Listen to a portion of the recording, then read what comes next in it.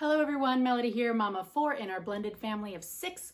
Welcome to Homeschool Happy Hour. Today we're going to be talking about why your kids are not behind in homeschool.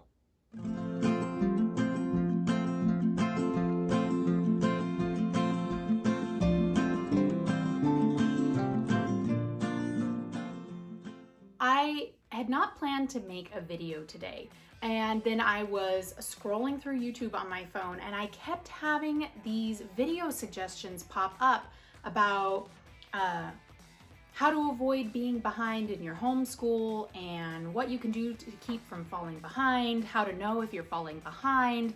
And I was just like, why is the universe doing this to me? I used to be that person, and I was always asking myself that question. Oh my gosh, have we fallen behind? What if we fall behind? And it was a constant stress for me, and therefore for my kids, because I'm sure that my stress passed down onto them. And so I have realized as a homeschooler in our 8th year of homeschooling, that I wasted a lot of time being stressed about something that I should not have been stressed about. So today we're going to talk about reasons why you shouldn't worry about it and why things like that are not worth your time to even thinking about. Thinking about? Not worth thinking about. Before we go any further, let's take a little look at how things used to be for me when I was planning.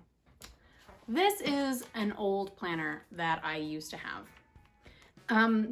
When I first started homeschooling, I was really excited about it, and I took all the time. I had the fancy pens, I had some other fancy planners, and I would go through and I would write out pretty much the whole year's plan before the school year even started. And I was so excited that I had a plan and that we were structured and we were going to just rock it this homeschool year.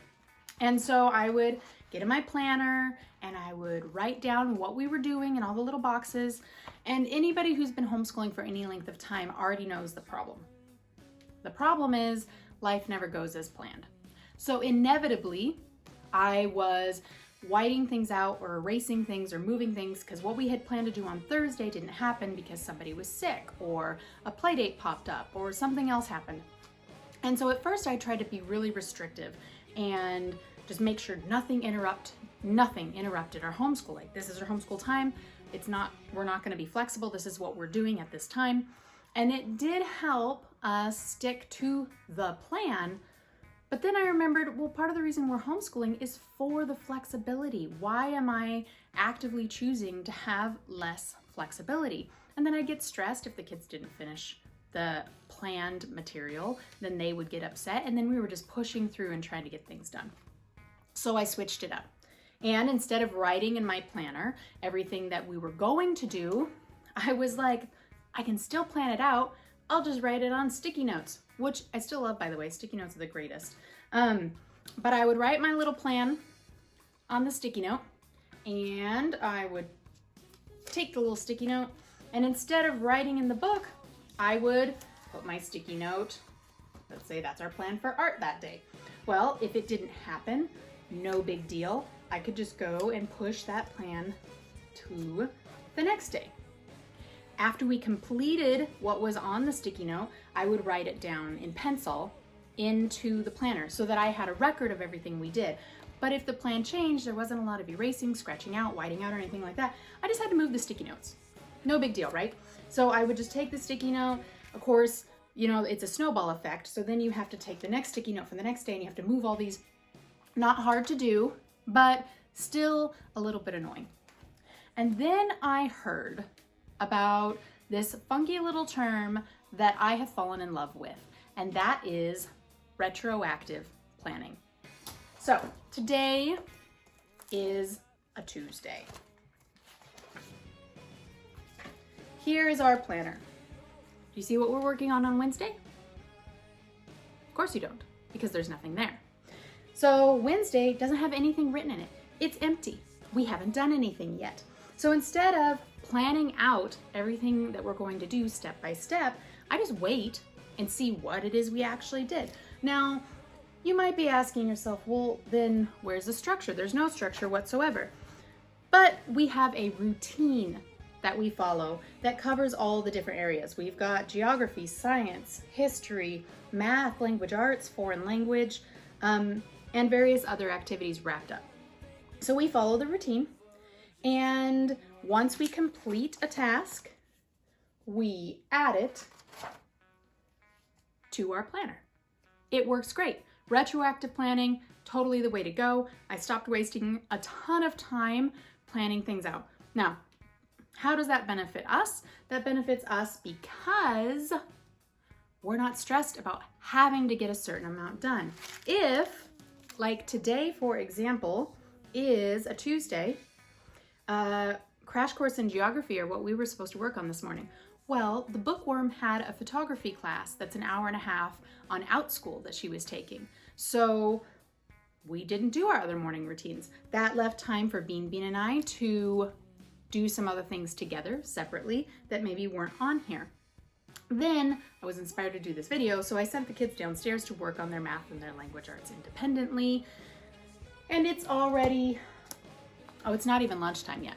So normally we do that after lunch, but today's different because the bookworm has her first volleyball game, so we have to leave early today to get her to the bus to go do that.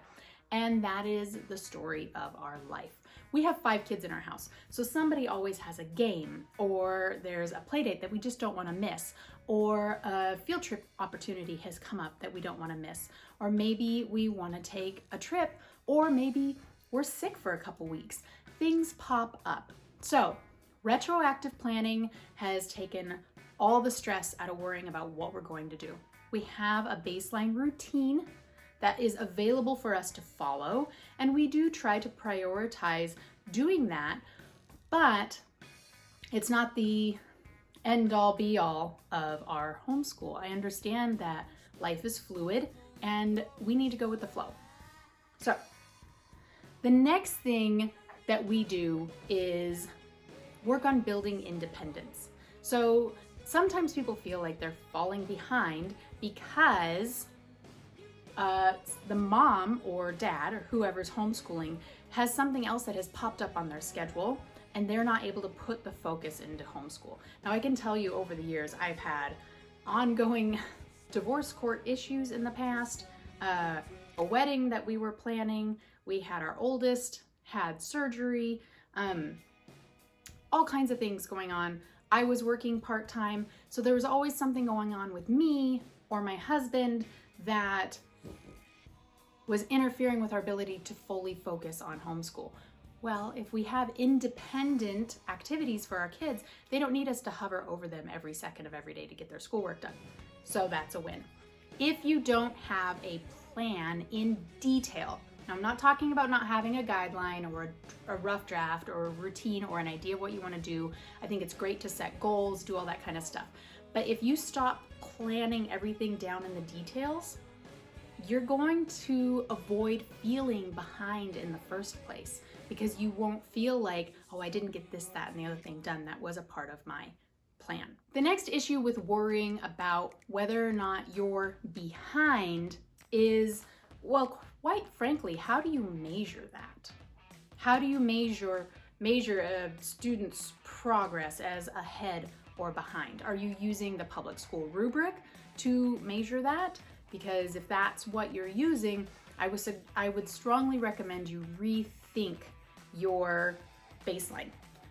If you're measuring your own child's progress against their past progress, then you're onto something. If you are homeschooling with intention, you are not behind, period. I don't care if you're unschooling, if you're an eclectic schooler, if you're Charlotte Mason, whatever methodology you choose or no methodology at all, and the light is changing here. I wonder if you guys can see that. The sun is going behind a cloud and in front of a cloud, and it's wreaking havoc on our lighting in here. If you're homeschooling with intention, regardless of your methodology, the chances of your child falling behind are incredibly slim. Children have an innate desire and ability to learn. Now, if they are in an environment that provides them with no stimulating activities beyond video games or I don't know what, or something else, comic books. So if your child is doing nothing but playing video games and reading comic books all day, I'm gonna have to be honest and say, well, they're still learning. Your child is still learning. Now, they might not be learning what you want them to learn and what you had in mind for them to learn, but if you can provide the setting, the environment, and you can provide the materials and the baseline structure, then your children will learn. Now, some kids need more structure than others. Some kids will, given a free-for-all, some of my kids even, given a free-for-all, will quite literally lay in bed all day, eat junk food, and do absolutely nothing. So I'm not suggesting you don't do nothing. I'm not suggesting you don't do nothing. I'm not suggesting you do nothing.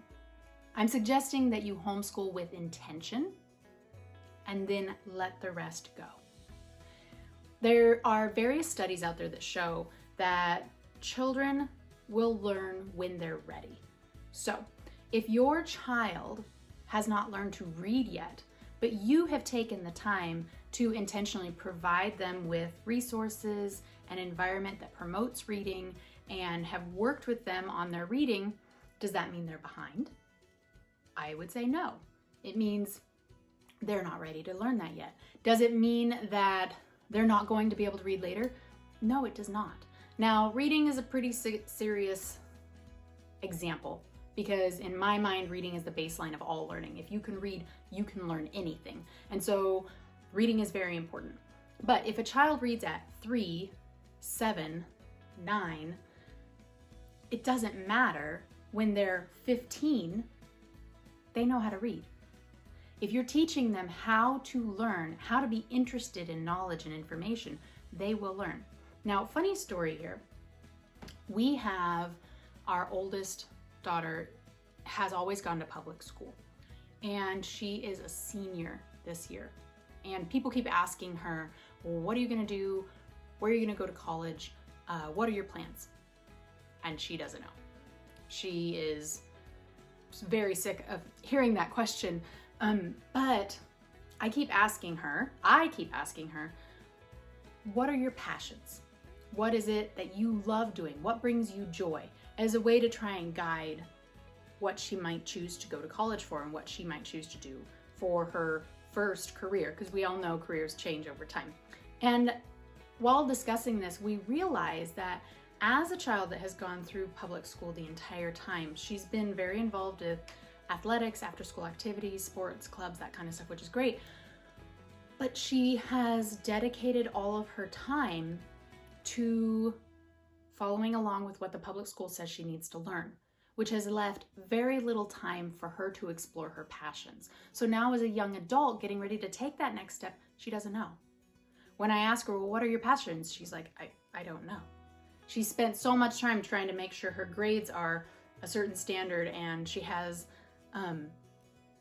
her work turned in for her teachers in the classes, most of which at this point she finds dreadfully boring because, well, she's ready to graduate and she's got senioritis.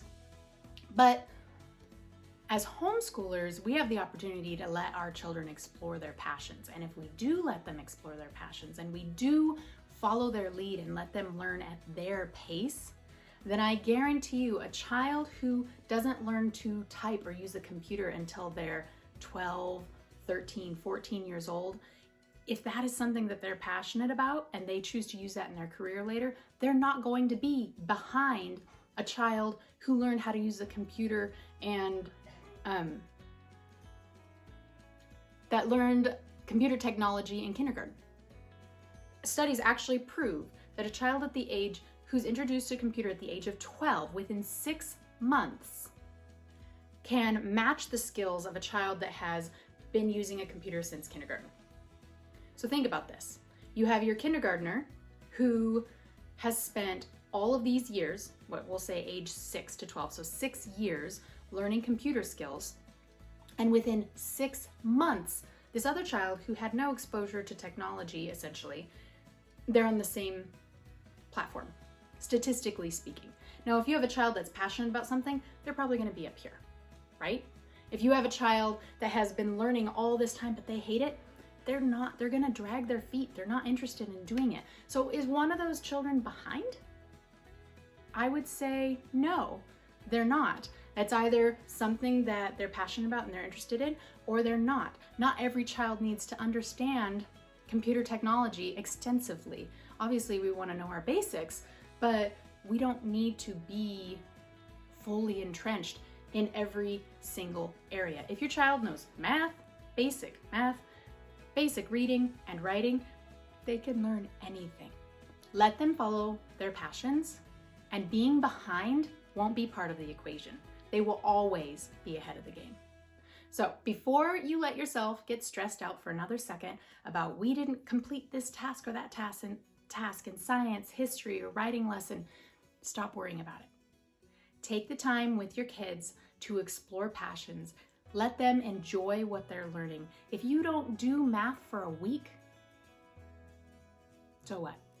Don't tell my kids I said that though, because I like to work on math every day.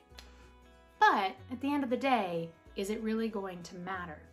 No, it's probably not. I'm sure there's somebody out there who might watch this video and then say, oh, this mom is saying that we should just let our kids run wild and free. Pun not intended there, but good book. If you haven't read it, read it. That we should just let them do whatever. That is not what I'm saying. I'm encouraging routine. I'm encouraging soft structure, and I'm encouraging intention. I'm just discouraging stressing out about things that aren't worth your time. So, my children are not behind. And regardless of where they score on a test or where they're at on a grade level, they're not behind. They're right where they need to be. But just in case we have somebody out there who wants to say, okay, well, this is just another mom saying what she's doing with her kids is good enough, but her kids will never really amount to anything, and they're definitely gonna fall behind, and they're at a real disadvantage. For those of you who wanna say that to me, let me just take a minute to open up my homeschool records here. Now, because I live in the state of Washington, my children have to test every year. I'm not really into testing. We definitely don't prep for the test, but we do take the test. And over the years, we have tested in different areas, but we have taken different tests. In the beginning, it was the easiest for us to join with the public schools because I could just send them to school on the day they did testing, and they could do the exact same testing as the kids in the public school. Now, somebody asked me a question the other day because the bookworm is 11, and I mentioned at 11, she's in 7th grade. And they noticed, what, your 11-year-old's in 7th grade? Did she skip a grade? Well, no, not really. When she first started and we first did her testing, the kindergarten work was too easy for her because she was really into reading, and that is a big part of kindergarten work. And so, let me find my testing. Okay, so I have tested with the schools. I have tested with different schools that they have participated with, and every single year they have tested at minimum a grade above their age level. However, last year when we did the most hands-off that we've done, because I've mentioned in the past, we've been very structured in the past, and we've done had everything set out and had all this stress to try and make sure we did everything right or by the book. And it was much more public school at home. And so somebody might argue that, okay, well, that's why your kids tested ahead. However, last year, when we did a more hands-off approach, not nearly the same as what we're doing right now, but when we were starting to lean this way, Bean, who was in 4th grade and age 8. I'm looking at her summary from her end of the year testing. And let's see, which one am I looking at? In language, she tested typical of an 11th grader. In math, she tested typical of a 7th grader. In reading, she tested typical of a 7th grader. Now, the bookworm, who last year was officially in grade 6 and 10 years old, she also tested as an 11th grader in language, as a 7th grader in math, and as an 11th grader in reading. So, for those of you saying that I'm just spouting fluff here and that my kids are going to be behind, the rubric demanded by our state says that my kids are leagues ahead of where they need to be. Now, do I think that test measures everything they need to know? No, I do not. They're young, they're growing, and they're learning every single day. But I do know that they're exploring their passions, that they are learning to be independent, free-thinking learners, and that as we take a more hands-off approach, they start to love school again. So if you have kids that are capable of testing at a certain level and then you add a love of learning to that, I think we're in for something amazing. Anyway, I think every child is where they need to be so long as they have the environment and the support to promote a healthy love of learning. Next time you get one of those things that pops up that says how to keep from being behind, or you have somebody mention something to you about how your kids are going to follow behind, just ignore it, let it go, move on with your day, and know that your kids are going to do amazing things because you are an amazing homeschool mom that will always have their best interest as your top priority. So, thank you for joining me. I hope my rant made sense to you. It was a lot smoother in my head when I was thinking it through, but that's usually the way it is. Make sure you take a minute to check us out on Instagram at Homeschool Happy Hour, like this video, subscribe to our channel, and drop a comment in the box below if you have anything to say about today's video or a request about future videos and what you would like to hear. Until then, I'll catch you next time.